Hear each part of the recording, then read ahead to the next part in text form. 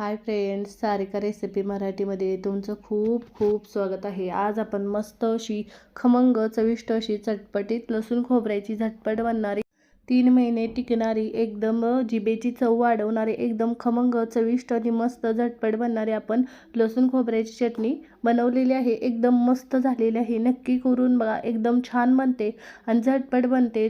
तुम्ही प्रवासाला सुद्धा नेऊ शकता, एकदम छान होते। नक्की करून बघा, तुम्हाला पण ही रेसिपी खूप आवडेल। तर चला वेळ न घालवता व्हिडिओला सुरुवात करूया। इथे मी कढई गरम करायला ठेवलेले आहे, त्यामध्ये मी 1 वाटी शेंगदाणे घातलेले आहेत। आता साल तडकेपर्यंत हे शेंगदाणे चांगले खमंग भाजून घ्यायचे आहेत। इथे बघू शकताय, गॅसची फ्लेम मी मिडियम केलेली आहे। खमंग असे शेंगदाणे आपण भाजून घेणार आहे।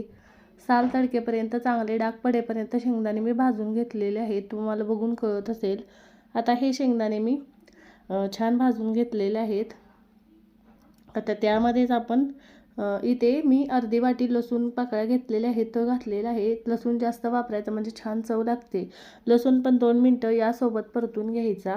शेंगदाणे चांगले भाजल्यानंतर गॅसची फ्लेम एकदम कमी करायची आणि त्यामध्ये सगळं साहित्य भाजून घ्यायचं।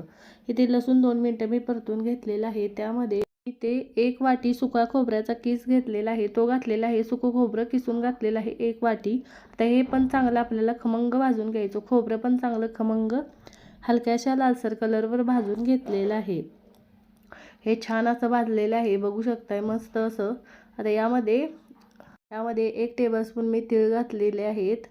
हे आपण पाव चमचा यामध्ये हिंग घालून घ्यायची, छान अशी टेस्ट लागते बघा।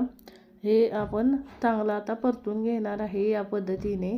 जिरे अर्धा चमचा जिरे घातलेले आहेत, आपण हे चांगलं परतून घेणार आहे। हिंग घातलेले आहे पाव चमचा। सगळं साहित्य खमंग भाजल्यानंतर मी प्लेटमध्ये काढून घेतलेलं आहे। त्यामध्ये मी 1 चमचा कश्मीरी लाल मिरची पावडर घातलेली आहे, अर्धा चमचा मी आपली लाल मिरची पावडर तिखटवाली घातलेली आहे। सगळं मिक्स करून पूर्णपणे थंड करून घ्यायचं। हे पूर्णपणे थंड झालेलं आहे। आता मिक्सरच्या भांड्यामध्ये घालून हे वाटण करून घेणार आहे। इथे बघू शकताय, सगळं खमंग असं साहित्य भाजलं की चटणी आपली छान जास्त दिवस टिकते आणि खमंग लागते। या पद्धतीने मी सगळं साहित्य चांगलं भाजून थंड करून घेतलेलं आहे। आता हे जाडसर वाटून घ्यायचं। इथे मिक्सरच्या भांड्यामध्ये मी घालून घेतलेलं आहे। चवीनुसार मीठ घालायचं। छान चटणी आपली तयार होते। मिक्स करायचं आणि छान असं हे वाटण करून घ्यायचं आहे। इथे बघू शकताय, मी हे वाटण करून जाडसर असं वाटण करून घेतलेलं आहे, बघू शकताय। छान अशी आपली लसूण खोबऱ्याची चटपटीत एकदम मस्त अशी चटणी तयार झालेली आहे।